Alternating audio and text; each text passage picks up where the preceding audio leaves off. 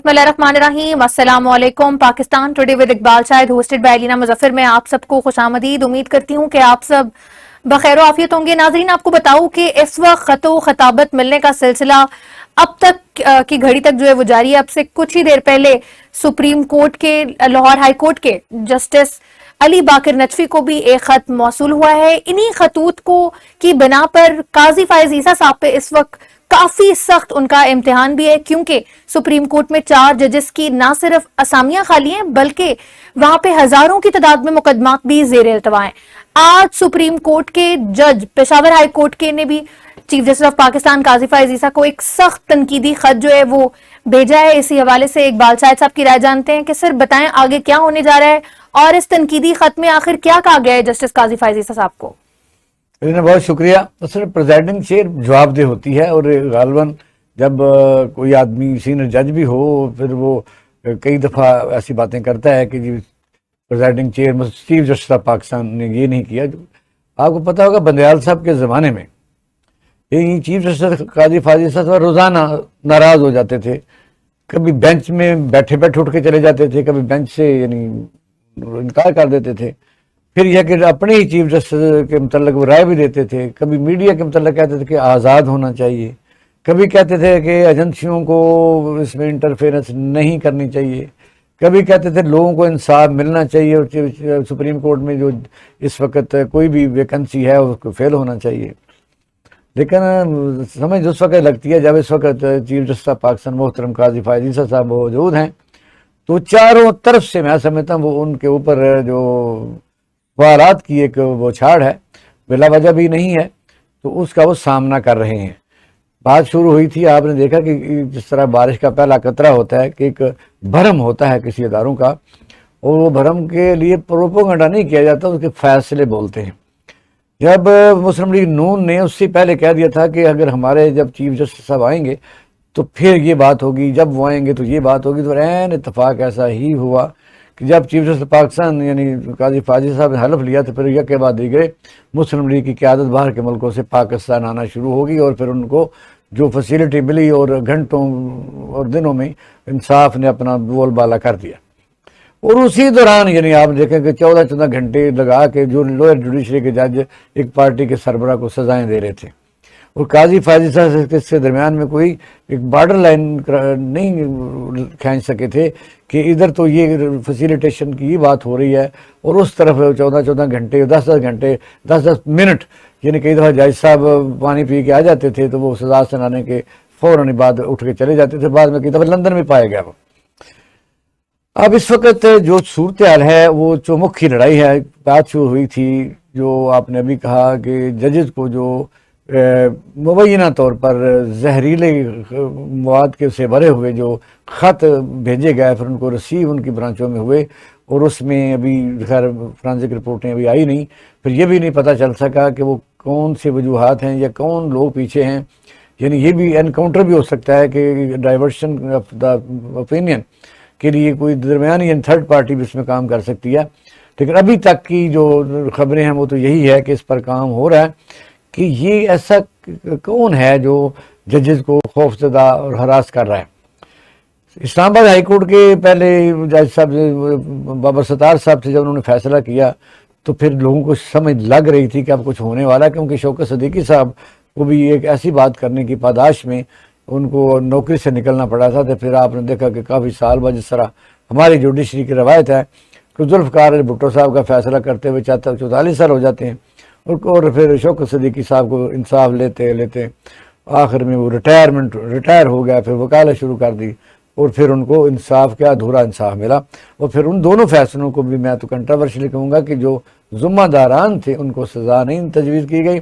और यही है एक सवाल जो चीफ जस्टिस ऑफ पाकिस्तान के ऊपर अब भी उनका घेराव करता रहेगा, वो घेराव कर रहा है। सर नहीं, अभी जो बेसिक चैलेंजेस हैं जैसे इस वक्त 4 जजेस की असामियां भी खाली हैं, उसके बाद काफ़ी मुकदमात ज़ेर इल्तवा हैं, तो अब चीफ जस्टिस ऑफ पाकिस्तान इनसे कैसे नबर्दज़मा होंगे? आपने देखा कि chief justice Peshawar high court Ibrahim साहब ने जब जमानतें ली थी फिर उन्होंने एक फ़ैसला किया था बल्ले का फैसला किया था, जो चीफ जस्टिस पाकिस्तान की सरबराही में सुप्रीम कोर्ट उड़ा के रख दिया, और उसी के कॉन्सिक्वेंसेस में अलीना आज तक मुल्क का पट्टा बैठा हुआ है।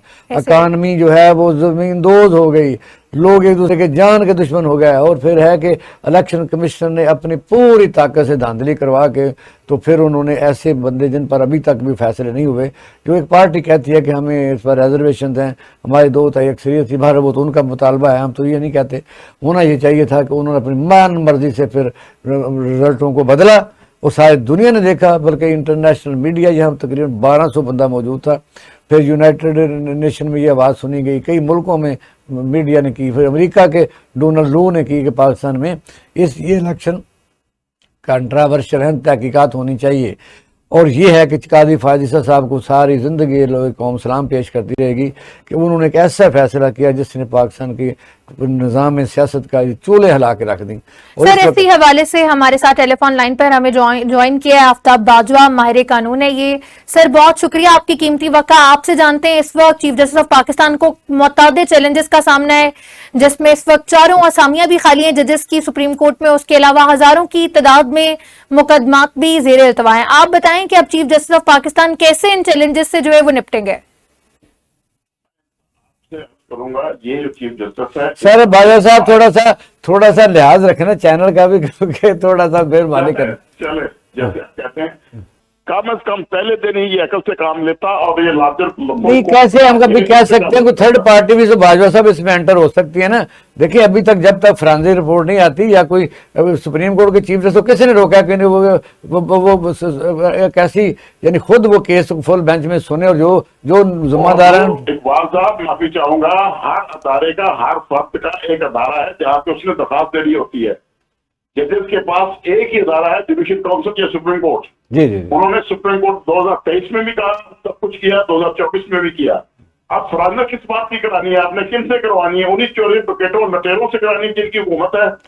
ये हाई कोर्ट के जजेस का लेटर है, ये ध्यान में रखिएगा, ये तकदीर बदल देगा मुल्क की। ये जो लेटर आया थे जजों के, इसने मुल्क की तकदीर बदलनी है। 75 साल से हमारे ऊपर जो मुसल्लत है ब्यूरोक्रेसी और जो एस्टेब्लिशमेंट के अदारे जो चाहते हैं करते हैं, अब वो नहीं होगा, अब वो वक्त निकल गया। इन 6 जजेस ने नए पाकिस्तान की बुनियाद रखी है, और इंशाअल्लाह पूरे वकला इनके साथ करेंगे, सिवाय चंद टोक वकला के जो हुकूमत के अंदर मुलव्वस है। हम इंशाअल्लाह इन 6 जजेस को इंसाफ दिलाएंगे। ये क्या तरीका है कि जनाब जिस तरह आप सियासतदानों को पकड़ते थे कामरान तो आपके जो वकील हैं जो अरबों पति हो चुके हैं, उन्होंने तो टीआर ऐसे बना दिए थे कि इनको मुलजम ठहराने पर तो लगाए थे वो तो।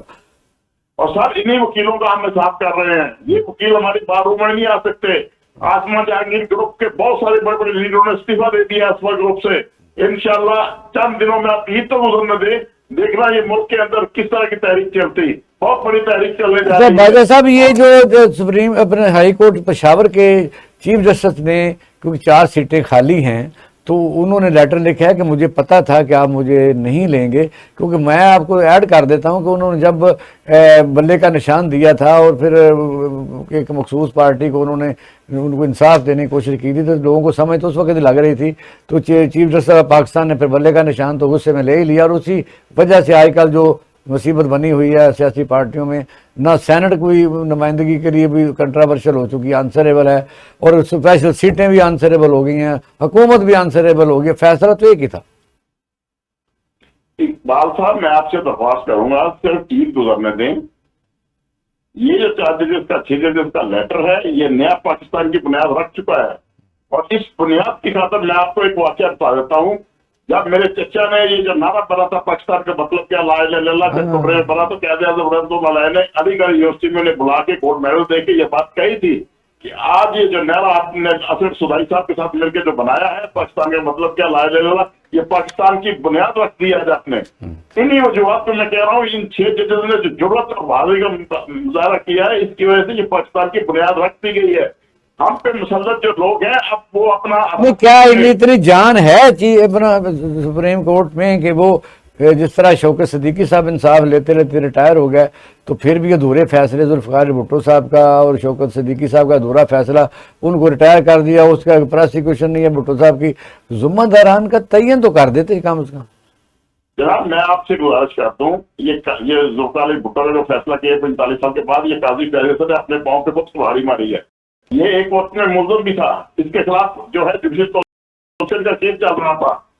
ये इंशाअल्लाह आफ्ताब बाजवा आपसे वादा करते हैं आने वाले दिनों में इसी काजी फैसले के खिलाफ कोई केस में भुट्टो का हवाला दे के खोलूंगा दोबारा और सुप्रीम कोर्ट से पूछूंगा फैसले की जायदादें कहाँ से आई, कहाँ से इसने ये जायदादें सारी बनाई, इसको जानते हैं, इसके बाप को जानते नहीं, हैं। हम इस तरह नहीं कहते, पता है भाई साहब, ये हम नहीं कह सकते। आप देखें एक नेशनल टीवी है, उस पर हर चीफ जस्टिस ऑफ पाकिस्तान मौजूद हैं, उनको हम ये नहीं कह सकते खुदा न खास्ता।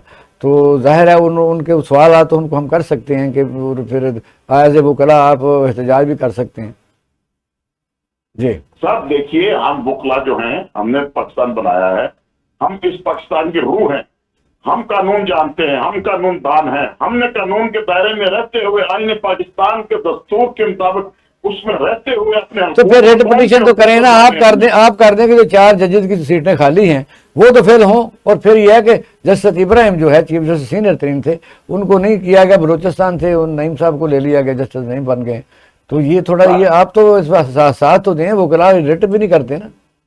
और जरूर मैं गुजारिश करूं, ये एजेंसियां इजाजत नहीं दे रही। मेरे आज से 5-6 माह पहले का प्रोग्राम उठा के देखें, जिसमें मैंने कहा था इन जजेस की मूवीज बनी हुई है, इनके कैमरों में बेडरूम में कैमरे लगे हुए हैं। वजह यह है कि जो जजेस वक्त आ गया इकबाल साहब, अब साथियों को भी जागना होगा, लेकिन हम तो हमारी लिमिटेशन है। हमें इस मुल्क को बचाना। बहुत शुक्रिया आफ्ताब बाजवा, माहिर कानून हमारे साथ टेलीफोन लाइन पर मौजूद थे, अपनी राय से हमें आगाह करे थे। सर क्या कहेंगे आप इस हवाले से?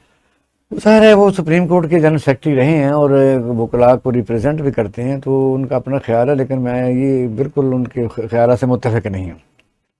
वो इसलिए मुत्तफिक नहीं हूँ कि उनका अपना पॉइंट ऑफ व्यू है। मैं हम किसी आदमी को उस वक्त तक था वक्त के वो प्रोसीड ना हो, हम कुछ नहीं कह सकते, हमारे पास कोई सबूत नहीं है। बिल्कुल ये लोग हैं और सोशल मीडिया खैर सर आगे बढ़ते हैं। आप बताएं कि IMF और वर्ल्ड बैंक इस वक्त मुतमईन दिखाई दे रहा है और मुआशी इशारियों में भी जो है वो बेहतरी की जानिब दिखाई दे रहे हैं। हाँ, ये बात बिल्कुल आपकी एक खुशखबरी वाली बात है। ये बड़ी जबरदस्त बात है, क्योंकि मैं तो इस बात पर खुश हूँ। आप देखा कि वर्ल्ड बैंक और IMF जो है कंफर्टेबल हो गए पाकिस्तान से, उन्होंने पाकिस्तान को बेल आउट कर दिया। यानी कहने का मकसद यह है कि हमारी खुशखबरी है और खुशी की बात है कि अफवाज पाकिस्तान के चीफ जो हैं, अपना आर्मी चीफ हैं वो, और जो हुकूमत को भी हम दे सकते हैं नंबर कि उन इत्मीनान की बहाली हुई है। उसमें स्टॉक एक्सचेंज आप देख रहे हैं कि रोज़ाना रिकॉर्ड तोड़ रही है। ये बिला वजह नहीं है, यानी कोई बाहर काम हो तो रहा है ना, इसके साथ जुड़े हुए जो है ना वो अदालती और सियासी बहरान के बावजूद आप देखा डॉलर का जो रेट है वो तकरीबन एक जगह रुक गया है, बल्कि कम हो रहा है।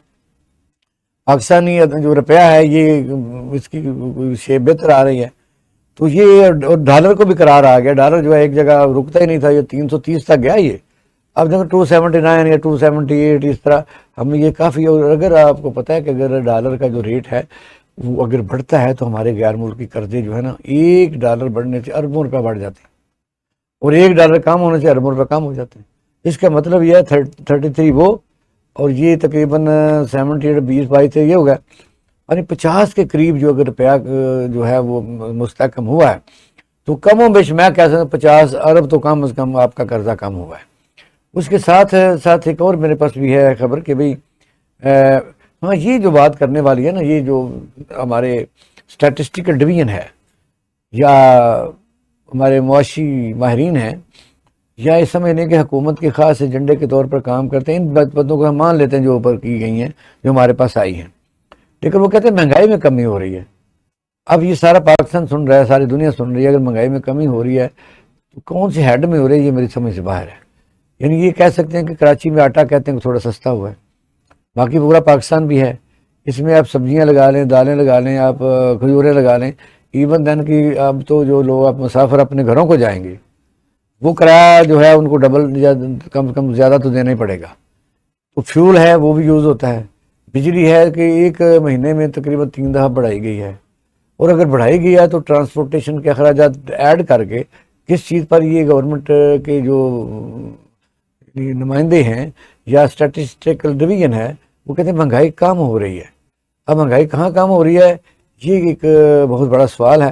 اگر آپ کو پتا تو آپ مجھے بتا دیں کہ کہاں کم ہو رہی ہے. بالکل نہیں سر، مجھے تو مہنگائی جو ہے وہ بڑھتی ہوئی دکھائی دے رہی ہے، کم ہوتی ہوئی دکھائی نہیں دے رہی. بلکہ آج متعدد رپورٹس بھی میری نظر سے گزری ہیں جہاں لوگوں کے لیے عید کی شاپنگ ایک بڑا کہہ لیں ایک اہم وہ رکھتی ہے اپنی کہہ لیں اس میں، کہ وہ بھی لوگوں کی پہنچ سے اب دور ہے، اور لوگ بار بار دہائی دیتے ہوئے دکھائی دے رہے ہیں کہ عید کے کپڑے بھی وہ جو ہے اپنے بچوں کے لیے وہ نہیں خرید پا رہے ہیں. آپ وہ یقین اس کریں کہ میں نے ایسے قسم سفید پرستی کی پوش زندگی میں آ گئے ہیں. دیکھے ہیں، چھوٹے ملازم دیکھے ہیں جو مالی سمجھ لیں جو ہمارے سامنے پارکوں میں کام کرتے ہیں. یہ پہلے ایسے نہیں بیچارے کرتے تھے.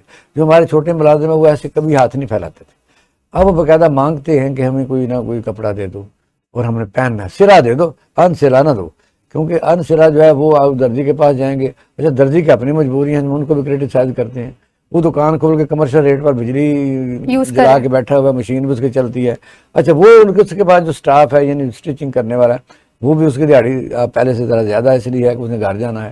پھر سر ابھی تو میرے تھوڑی لائٹ کے بہتر حالات ہیں لاسٹ ایئر، اور دیکھیں اور آگے آنے والے حالات میں دعا یہ کہ ایسا نہ ہو. لیکن لوڈ شیڈنگ اتنی زیادہ ہوتی ہے ان دنوں میں جب عید ہوتی ہے یا اس طرح کا کوئی تہوار ہوتا ہے کہ وہ بیچارے جو انہوں نے چیزیں پکڑی ہوتی ہیں اس کو بھی کمٹمنٹ کے تحت جو ہے وہ نہیں پورا فلفل کر پاتے. مجھے یہ لگ رہا ہے کہ جس طرح آپ نے دیکھا کہ پاکستان کا ایک ڈپارٹمنٹ ہوتا تھا پی ٹی سی ایل غار مجاب، اس کا ٹیلی فون کنیکشن لگانے کے لیے ایم این اے کی سفارش ضروری تھی، اور ایم این اے بھی ایک مہینے میں صرف 2 کنیکشن لگا سکتا تھا. یہ میں 85 کی بات کر رہا ہوں، 88 کی بات کر رہا ہوں. اور ایسا اس کی بیوروکریسی نے یا ان کے ذمہ داران نے پی ٹی سی ایل کا اتنا لوگوں کو تنگ کیا کہ اخیر غیر ملکی کمپنیوں نے آگے ہر گھر میں موبائل پھیلا دیے. اچھا اس کا فائدہ تو ہوا لیکن اس میں فارن ایکسچینج بات جا رہا ہے. اب حکومتی عہدے اس کا مطلب ہے ہم نالائق ہو چکے ہیں، کوئی حکومتی ادارہ ہم چلانے کے قابل نہیں ہیں. اس پی ٹی سی ایل کا جو ہے ان کو چاہیے تھا. آپ کو ایک اور چیز میں ایڈ کر دوں کہ ایک زمانے میں ایک مرحوم ہو گئے ہیں، اللہ تعالیٰ جنرل نصیب کرے، ایک منسٹر تھے، میں کیا ان کا نام لوں، وہ کے پی کے سے تھے، اور اے این پی ہمیشہ انہی کو کمیونیکیشن منسٹر رکھتی تھی. وہ یو فون کا جو موبائل تھا وہ اس کو آن ہی نہیں کرتے تھے. وہ غیر ملکی کمپنیوں سے پیسے لیتے تھے. یعنی موبلنگ پہلے آ گیا، انسٹا آ گیا، وارد آ گیا. یعنی پاکستان جو ہے وہ فیسیلیٹی پی ٹی اے کرتا ہے، P T A Pakistan telecommunication authority کرتی ہے. لیکن ان جوان آدمی نے یہ کیا کہ وہ اس سے پیسے لیتا تھا. پاکستان میں یو فون کو جو لانچ ہوئے کو تقریباً 20 سال بعد ہوا. سب سے پہلے غیر ملکی لوگ یہاں آ کے انویسٹمنٹ کر کے اب سارا پیسہ سرمایہ ہم لے کر جاتے رہے. یہ تو یہاں حال ہے. مثلا یہاں ہوتا یہ ہے کہ چھوٹی چھوٹی پارٹیاں مل کے حکومت بناتی ہیں، پھر وہ اپنا شیئر لیتی ہیں. یہ سسٹم جو ہے ناکام ہے. اس کے ساتھ ساتھ میں ایڈ کر دوں پاکستان میں 2 یا 3 پارٹی سسٹم کے علاوہ سب کو ختم کر دینا چاہیے. ان کو ایک ایجنڈا دینا چاہیے کسی پارٹی کے ساتھ شامل ہو جائیں. اگر وہ رائٹ ہے، لیفٹ ہے، سینٹر میں ہے تو کسی نہ کسی پارٹی کو جوائن کریں. اور دوسری جو چھوٹی سیاسی پارٹی ہیں اگر وہ کسی الیکشن میں حصہ نہیں لیتی یا کم ووٹ دیتے ہیں تو فارغ کریں. یہ آپ دیکھیں کہ جو میں آپ کو بات بتا رہا ہوں یہ تاریخی طور پر اتنی تلخ ہے، یہ اسی کا تسلسل ہے. اب بھی آپ دیکھیں کہ ایسی پارٹیاں حکومت میں بھی شامل ہیں. اس کا آخری کے لگا لیں. میں بتاتا ہوں چور شجاعت صاحب میں بہت بیمار، اللہ تعالیٰ نے تندرستی دے. کیا پڑھی آپ نے شیر چھوڑتے ہی نہیں آپ. اور اگر آپ چھوٹی پارٹیوں کے مرہونے میں نہیں، پیپل پارٹی حکومت میں بھی ہے، حکومت میں نہیں بھی ہے، تنقید بھی کرتی ہے، ان کو ووٹ بھی دیتی ہے اور آئینی عہدے بھی لے کے بیٹھی ہوئی ہے. یہ سارے اس ملک کے وسائل کو لوٹنے کے لیے ایک تنظیم بنی ہوئی ہے، کارپوریشن ہے، اس کا آپ کہہ سکتے ہیں کہ کنسورشیم بنا ہوا ہے. سر ایک بریک لیتے ہیں، بریک کے بعد واپس آتے ہیں، ہمارے ساتھ رہیے گا.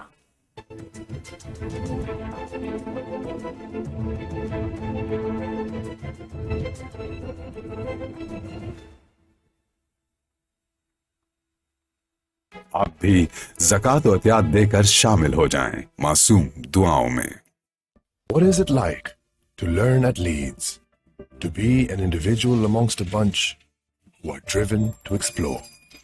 Where there is a horizon to seek, visionaries meet and conquer the complexities. Where stars are made and mentors are formed. A wave of energy and positivity. The will to adapt and form a new norm. Education is not about books or numbers or even passing an exam. Education is all that there is to grab. Learn at Leeds.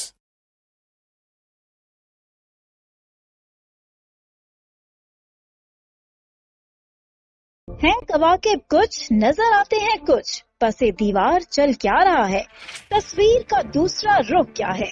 حقائق سے آگاہی کے لیے سوال تو ہوں گے، جواب کون دے گا، الفاظ کی چوٹ کون سہ پائے گا. तल्ख और कड़वी सच्चाइयां आश्कार करने का मकसद ईवानों को हिलाना नहीं बल्कि जगाना है, क्योंकि आपकी तकदीर के फैसले इन्हीं ऐवानों में होते हैं। दीवार के उस पार आखिर क्या हो रहा है, हर मामले का दूसरा पहलू जानने के लिए देखिए programme on the other side Faiza Shirazi के साथ हर पीर का जुमेरात रात 7:05 पर सिर्फ टीवी टुडे पर। टीवी टुडे खबर सबसे पहले। Education is not about books or numbers or even passing an exam. Education is all that there is to grab. Learn at Leeds. वादियों से वसेब तक, मरग़ज़ारों से कोहसारों तक, झीलों से चट्टानों तक, साहिलों से रेगिज़ारों तक, पाकिस्तान की एक ही आवाज़, एक नई उभरती पहचान। टीवी टुडे खबर सबसे पहले।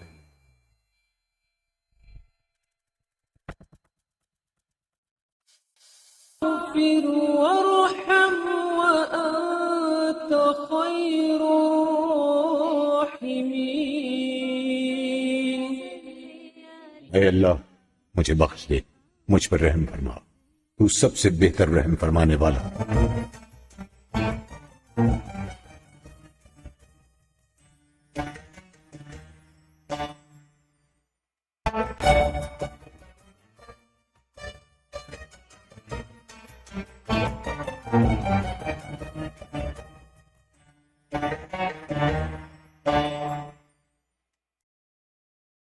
फिर खुला है बाबे रहमत सभी के लिए, यूं दावत इस्लाम है हर किसी। एहसान रमजान की रौनक एक जहां सजा है सभी के लिए, महफिलें सजी हैं जिक्र व असगार की। ये है इल्मी फिजा आगाही, तो आए इस बार मिलकर सजाएं एहसान रमजान टीवी टुडे के साथ। हजरत उमर फारूक रजी अल्लाह ताला अन्हो ने फरमाया, गुस्से के वक्त इंसान के अखलाक का सही पता चलता है।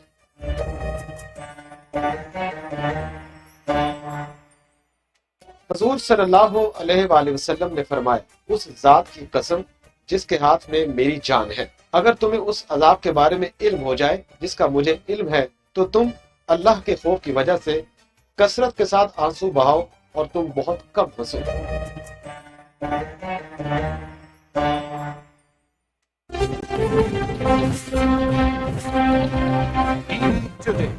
खबर सबसे पहले। आप भी ज़कात और एहतियात देकर शामिल हो जाएं मासूम दुआओं में।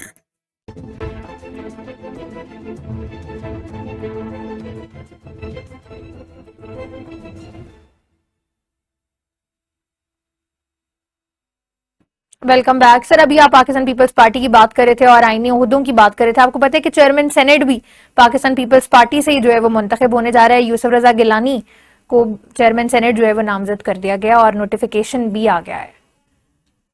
ये इस मुल्क को एक ऐसा खांचा समझ रहे हैं जैसे मिठाई की दुकान है और अपने अपने तौर पर डब्बे भर के घर ले जाने हैं। ये पावर शेयरिंग है।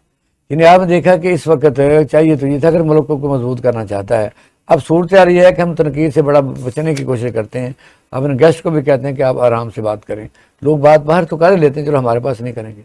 हम ये कहते हैं कि जब तक ये फैसला ना होता फार्म 45 या 47 का, आप हुकूमत ना बनाने देते। आप अगर मुल्क को तरक्की देना चाहते हैं तो रुक जाएं, क्योंकि कोई सब लोग मुहिब वतन हैं, कोई मुल्क में गद्दार नहीं है, सारे अच्छे हैं। लेकिन एक कमरे में बैठ के आपने देखा कि बिल्कुल हुकूमत बना दी गई कि फलाना चेयरमैन सेनेट बनेगा, फलाना प्रेसिडेंट बनेगा, फलाना वज़ीर आज़म बनेगा, फलाना वज़ीर आला बनेगा। तो पाकिस्तान कौम को किसी ने पूछा। और इसी तरह पीपल पार्टी अपनी शेयरिंग लेगी। आप देखो खुद सिंध उसने लिया है और उसने वो इतनी ताकतवर है कि वहाँ चेयरमैन उर्सा का यानी पानी जो तकसीम करते हैं उन्होंने फ़ौरन तौर पर उड़ा के रख दिया था। इसलिए ये हुकूमत जो है अगर किसी को पूछना भी चाहे तो नहीं पूछ सकती, क्योंकि किसी को पूछेगी तो पार्टी से निकल जाएगा, हुकूमत आराम से गिर जाएगी। तो अब सेनेट है, सेनेट को भी कंट्रोवर्शियल हमने बना दी है। एक बलोचिस्तान की जो स्पेशल सीटें हैं वो हम नहीं दे उनको दे रहे, उन्होंने अदालतों में गए हुए हैं। तो आप ये कर रहे हैं कि भाई सेनेट जो मुल्क की इत्तेहाद की अलामत है, खैबर पख्तूनख्वा की सीटें नहीं दे रहे। हाँ, उसको भी आपने कंट्रोवर्शियल कर रही है। تو صورتحال یہ کہ اس وقت چاہیے یہ کہ اگر یونٹی چاہتے ہیں، جس طرح عید کے بعد ایک سمجھ لگ رہی ہے کہ ایک الائنس بن رہا ہے، جس میں مولانا فضل الرحمان صاحب آج مجھے پتا چلا کہ انہوں نے بھی رضامندی ظاہر کر دی ہے. اگر یہ بہت زیادہ مصیبت بنتی ہے تو مجھے بتائیے کتنی آپ گرفتاریاں کریں گے، کتنی جیلیں بھریں گے. تو یہ اگر جیلیں چلو بھر لیں گے تو ملک میں اکانومی کا پھر تھوڑا ڈاؤن فال آ جائے گا. جو ہمیں اچھی خوشخبری ابھی میں نے آپ کو سنائی ہے کہ ہمیں تھوڑا سا اسٹیبل ہمارا ڈالر ہوا ہے اور اسمگلنگ کو کم ہوئی ہے، اور کچھ اداروں کو ہم آپ نے دیکھا کہ پرائیویٹائز کر رہے ہیں. تو اگر حالات بہتر کی طرف جا رہے ہیں تو آپ اس کو پرامن طریقے سے سب کے ساتھ ڈائلاگ کریں. سر، نجکاری پہ بھی حکومت کی IMF کو اس نجکاری کے پروگرام کو تیز کرنے کی بھی یقین دہانی جو ہے وہ کروائی گئی ہے.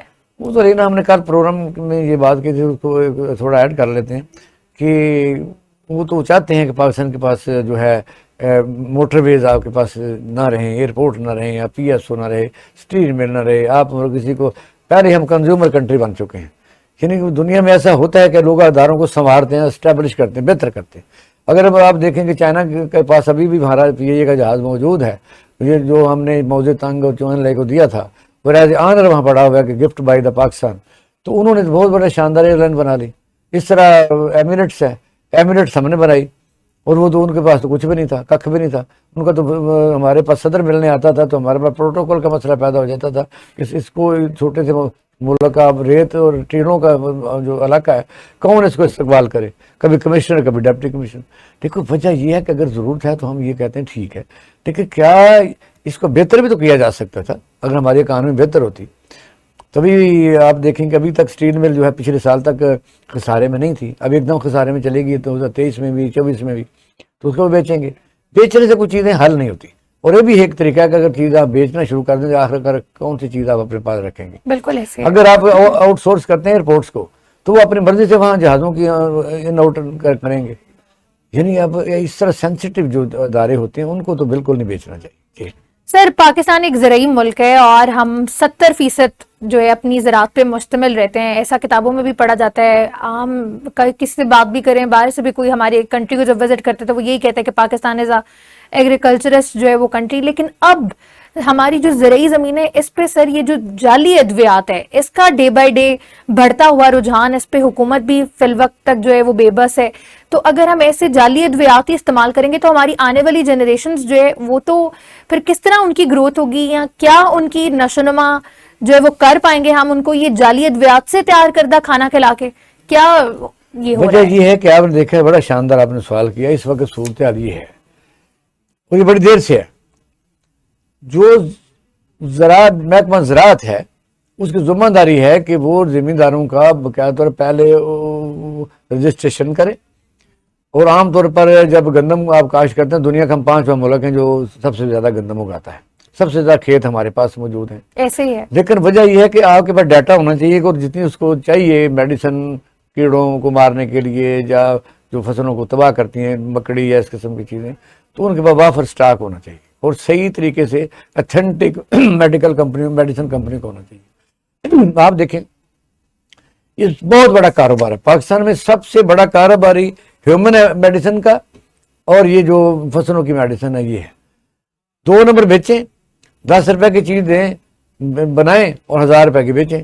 اور ہیومن میڈیسن بھی آپ نے اس کو ساتھ ہے بے شک ایڈ کر لیں. ہیومن میڈیسن میں اگر 1 روپے ایک آنا یا ایک چوانی ایک گولی کی بڑھتی ہے تو اربوں روپے کا فائدہ ہو جاتا ہے کسی کمپنی کو. یہاں 20 روپے 100% 140% بڑھا دیتے ہیں. کو پوچھنے والا ہے اور پھر الزامات جو ہوتے ہیں متعلقہ بااختیار لوگ ان پر آتے ہیں، کوئی پوچھتا نہیں، نہ ان کو ریکوری ہوتی ہے. اس وقت بڑی خوفناک صورتحال وہ یہ ہے، پاکستان میں یوریا 2 نمبر بکتا ہے، پاکستان میں فرٹیلائزر کی کئی قسمیں 2 نمبر بکتی ہیں، اور فصلوں کی جو میڈیسن ہے تو ہر سال، اور اگر بکتی ہے تو بلیک میں بھی بکتی ہے. بلیک میں بکتی ہے.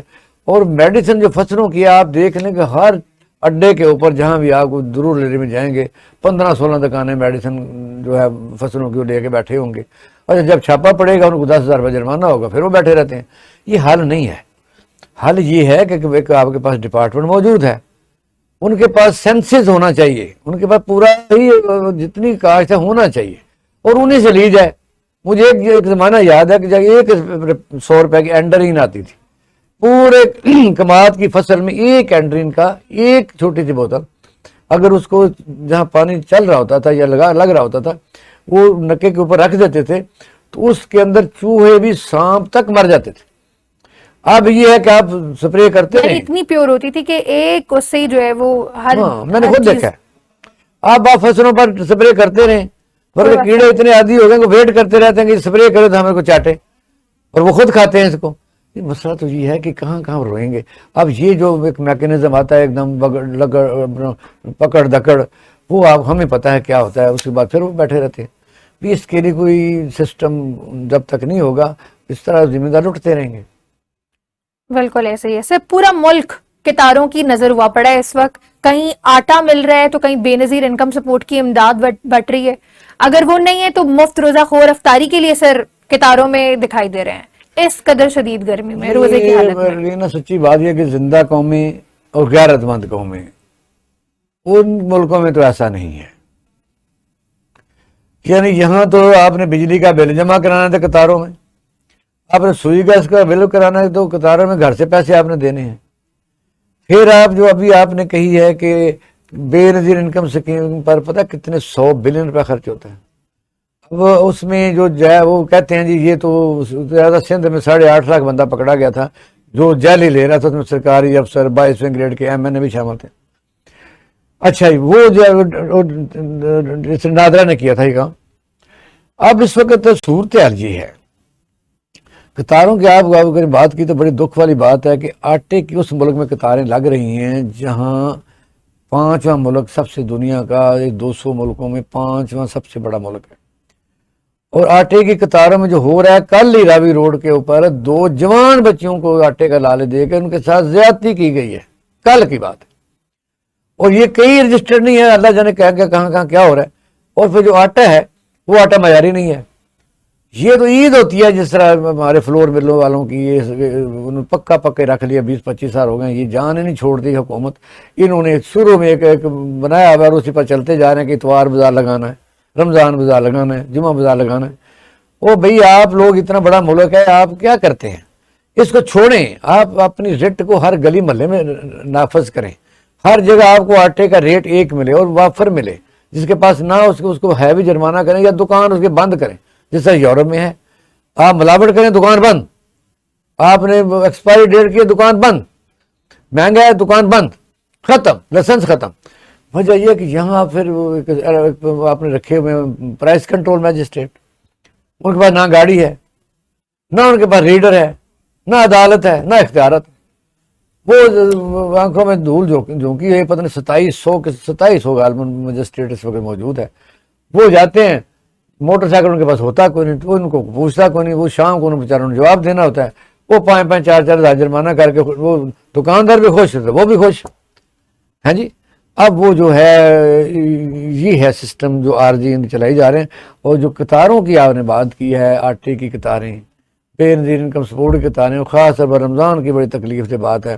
یہ پتہ نہیں کیا سلسلہ ہے. غیرت مند قومیں, مسلمان قوموں کا تھا یہ, کبھی وقت نہیں آیا تھا.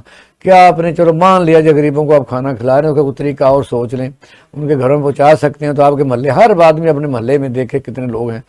اور آپ نے دیکھا کہ ہزاروں کے حساب سے شام کو لے کے روزہ کھولنے والے بیٹھے ہوئے ہیں, ان میں 70% روزہ دار ہی نہیں ہوتے. اور یہ بھی میں بتاؤں, میں تو وٹنس اس چیز کا کہ میں کئی دفعہ مثال دے چکا ہوں ڈسکے کی. شام کو تمام دکاندار, کپڑے والی دکان کا تاجر بھی, وہ جناب علی جنرل اسٹور کا تاجر بھی قورمہ کھا رہا ہے. اچھا وہاں یہ ہے جی کھانا بڑا اچھا ملتا ہے, گھر میں بیوی اچھا نہیں پکاتی. وہ تو عادت بنا لیا کہ سحری بھی کرنی ہے اور پھر افطاری بھی کرنی ہے. اس وقت پاکستان میں آپ اگر ایسٹیمیٹ کاسٹ لگائیں کہ جتنے روزہ کھولنے والے ادارے قائم ہو چکے ہیں, یہ سارے جائز روزہ نہیں کھول رہے. میں مان ہی نہیں سکتا, میرا اپنا پوائنٹ آف ویو ہے. آپ کسی شادمان میں چلے جائیں, ایک دم آپ کوئی دے کھول لیں, وہاں ایسے لوگ گاڑی کی بریک مار کے فوری پیچھے بے شک ٹکر بج جائے, کھڑے ہو جائیں کہ چاول لینے کے لیے. انہوں غیرت سکھانی ہے. مسلمانوں میں غیرت چھپی ہونی چاہیے. ہاتھ پھیلانا بہت بری بات ہے. اچار سے کھا لے, سکھی روٹی کھا سکتا ہے بندہ, پھر غیرت پیدا ہوتی ہے. اب مفت کی روٹی ہے, ادھر سے کھائی, وہ ڈسکس کرتے ہیں کئی لوگ, یار وہاں نا افطاری کو ذرا نرم ہے. میں نے سنا ہے کہ وہ گلبرگ کے فلاں حصے میں صحیح افطاری ہے, وہ سارے اکٹھے ادھر چلے جاتے ہیں، سارے حقدار نہیں ہیں، یہ میں آپ کو صحیح بتاتا ہوں۔ ایسے ہی ہے، یہ اور سر وہ حقدار لوگوں کا بھی جو ہے وہ میرا خیال ہے اس طرح حصہ جو ہے وہ بھی جب دوسری طرف چلا جاتا ہے تو پھر وہ حقدار کیا حقدار ہے مجھے بتائیے، میں اپنے طور پر میرا ایک تجربہ ہے، سر لوگوں کو آپ حقدار کے پاس نہیں ہے جاب، طریقہ غور سوچیں، کسی کے آپ گھر کو چیز پہنچا سکتے ہیں تو پہنچا دیں۔ اگر یہ کیا نام لو کون کون سے یہ ہزاروں لوگ افطاری کرا رہے ہیں، وہ سارا بجٹ ایسٹیمیٹ کریں تو آپ 2000 3000 لوگ گھروں میں پہنچا دیں، ان کا ایڈریس لیں، ان کو ایسے ادارے بنے ان کے گھر جا کے دیں، گھر بات ختم ہو۔ ایک بریک لیں گے، بریک کے بعد دوبارہ حاضر ہوتے ہیں، ہمارے ساتھ رہیے گا۔ ویلکم بیک سر۔ عید کے قریب آتے جرائم میں بھی ریکارڈ اضافہ ہو رہا ہے، ہم نے 2-3 دفعہ اس پہ بات کی لیکن کوئی کمی اس میں دکھائی نہیں دے رہی، نہ کوئی کمی کا امکان دکھائی دے رہا ہے، کیونکہ روز بروز جیسے ہی اس مہنگائی کی ریشو بڑھ رہی ہے تو ان جرائم کی ریشو بھی اسی طرح فل فاسٹ طریقے سے جو ہے وہ بڑھ رہی ہے۔ رینا، اس میں سمجھتا ہوں کہ ساری چیزیں جو ہے نا وہ آپ کہہ سکتے ہیں کہ انسان برداشت کر لیتا ہے۔ یہ جو کرائم بڑھ رہا ہے، لوگ اپنے آپ کو ان سیف سمجھ رہے ہیں، سیکورٹی جو ہے آف لائف ہے، یہ اسٹیٹ کا سب سے پہلا فرض ہے۔ ریاست بنتی تب ہے کہ اس کے جو فیچر ہیں ان کے سب سے پہلے جان اور مال کا تحفظ ہے، ورنہ اسٹیٹ بنانے کی کوئی ضرورت نہیں۔ لوگ جنگلوں میں رہتے تھے، اور جب کسی زمانے میں یہ اسٹیٹ کا تصور آہستہ آہستہ آگے بڑھا تو ظاہر ہے پہلے لوگ چھوٹے سے قبیلوں میں رہتے ہوں گے، پھر ان کے جو جوان لڑکے ہوں گے ان کو ذمہ داری دی ہوگی، تم حفاظت رات کو کرنی ہے، ہم نے سو جانا ہے، جانور۔ سر ایمان بھی لوگوں کے زندہ ہوتے تھے اس ٹائم پہ، آپ اس ٹائم کی بات کریں، اب جب ایمان ہی نہیں ہے ایک مسلمان میں تو وہ کیسے جان اور مال کی آپ نہیں، میں کسی کی بھی ضمانت دے سکتے ہیں؟ میں اور بات کر رہا ہوں، میں یہ علینا بات کر رہا ہوں کہ اسٹیٹ کیسے قائم ہوئی۔ اس کا ابتدا تو چھوٹے سے سسٹم سے ہوا ہوگا نا، کہ پہلے یعنی آپ دیکھیں کوئی گاؤں بنا ہوگا، پھر ٹاؤن بنا ہوگا، آبادی بڑھتی گئی، پھر بہت شہر بن گیا، پھر ملک بن گیا۔ اچھا، ملک بنانے میں یہی تھا کہ پھر مختلف ادارے بن گئے کہ یہ ادارہ جو ہے یہ ہماری جان و مال کا تحفظ کرے گا۔ پھر لوگوں نے اس ملک کو محفوظ جانا، وہاں کاروبار شروع کیا، وہاں جا کے رہنا پسند کرتے تھے۔ اس ملک میں کوئی نہیں رہتا جہاں انسان کی جان اور مال کا تحفظ نہیں، لوگ مائیگریٹ کر جاتے ہیں۔ یہ تو بات ٹھیک ہے۔ سب سے بڑی مثال تو ہمارے آخری نبی حضرت محمد صلی اللہ علیہ وسلم کی ہے، جب انہوں نے دیکھا کہ یہاں وہ حالات نہیں ہیں تو انہوں نے ہجرت کی۔ بے شک۔ تو جب پھر دوبارہ اسٹیٹ قائم ہوئی جس نے جان مال کا تحفظ دیا، کہا کہ جو آدمی ہتھیار پھینک دے، جو آدمی ایون دن ہمارے دشمن ابو سفیان کے گھر میں چلا جائے، اس کو امن ہے۔ تو لوگوں نے اس ریاست میں رہنا پسند کیا، پھر دنیا کی بہت بڑی وہ ریاست بنی۔ کوئی بھی ریاست ہو، وہ جب تک انسان کے جان اور مال کا تحفظ نہیں کر سک رہی، وہ ریاست نہیں ہے۔ بے شک۔ وہ ریاست اگر نہیں ہے تو پھر یہ ہے کہ سوال دوسرا آتا ہے کہ اور کون کون سی ذمہ داری ریاست کی۔ اس وقت صورتحال یہ ہے کہ آپ یقین کریں کہ کراچی لاہور میں مقابلہ جاری ہے۔ اس وقت اسلام آباد میں بھی یعنی وہ مرڈر شروع ہو گئے ہیں۔ ہم ایک زمانے میں وہاں رہتے تھے، دروازے کھلے ہوتے تھے اور سیوک سینس تھی، تو میں کہتا ہوں کوئی سوال نہیں پیدا تھا کوئی چوری کر جائے، حالات ہی ایسے اچھے۔ اب اسلام آباد میں بھی ایسا ہی ہے۔ اب لاہور میں جو ہے اس وقت کرائم ریٹ بہت زیادہ ہے۔ یہ ہم تو گزارش ہی کر سکتے ہیں وزیر اعلیٰ پنجاب محترمہ مریم نواز شریف صاحبہ سے کہ اس طرف دھیان دیں۔ لوگ بھوک بھی کاٹ لیں گے، لیکن یہ جو کراچی کا اثر پاکستان پنجاب میں آ رہا ہے، یہ بڑا خوفناک ہے۔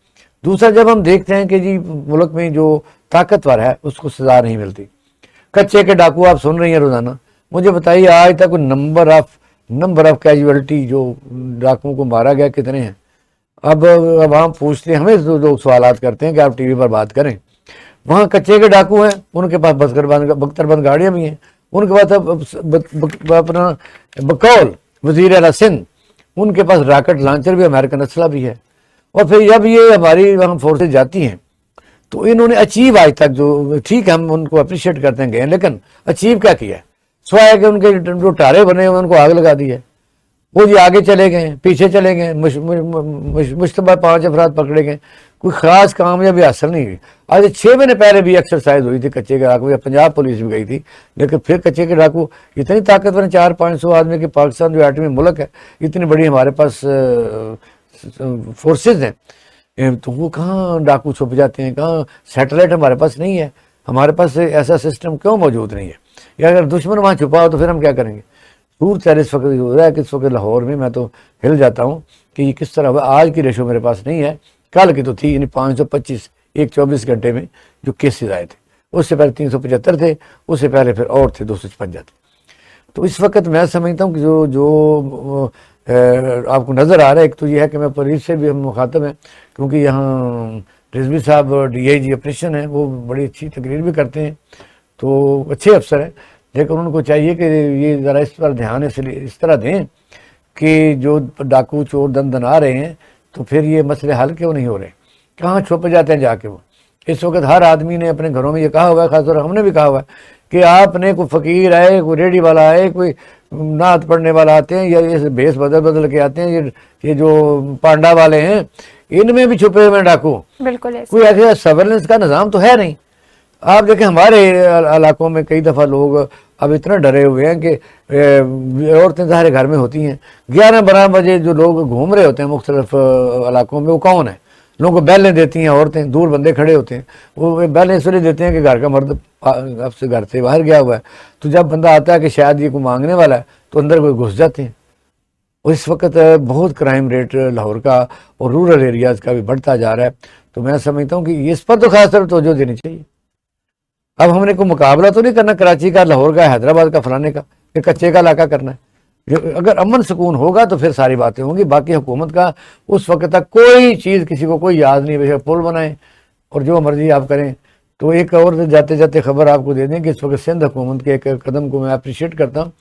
उन्होंने वहाँ पिछले दौर में पिंक ट्रांसपोर्ट शुरू की थी फीमेल के लिए, फिर उन्होंने वो मनसूबा शुरू किया और फिर उन्होंने बताया कि इस वक्त उन्होंने बड़े बड़े ऑरेंज ट्रेन और इस तरह की चीज़ों को छोड़ के उन्होंने पब्लिक ट्रांसपोर्ट की तरफ ध्यान दिया, जो हम यहाँ वकील आवाज़ उठा चुके हैं कि पंजाब हुकूमत जो है यहाँ बाकी प्रोजेक्ट को छोड़े, बड़ी बड़ी सड़कों को छोड़े, सड़कों पर कुछ चीज़ चलने के लिए तो बनाए। उस पब्लिक ट्रांसपोर्ट जब तक नहीं होगी, ना ट्रैफिक का मसला हल होगा, ना लोगों की जेबों से वो पैसे जो है बचत होगी तो वो रोटी टुकड़ खा सकेंगे। इसलिए पब्लिक ट्रांसपोर्ट पर ध्यान दिया जाए। बिल्कुल ऐसे ही है। और इसी के साथ हमारे प्रोग्राम का वक्त भी अपने अख्तिताम को पहुंच रहा है। कल आपसे नए टॉपिक्स के साथ दोबारा से मुलाकात होगी। कल तक के लिए मुझे और इकबाल शाहिद साहब को अपनी खास दुआ में याद रखें। अल्लाह हाफ़िज़।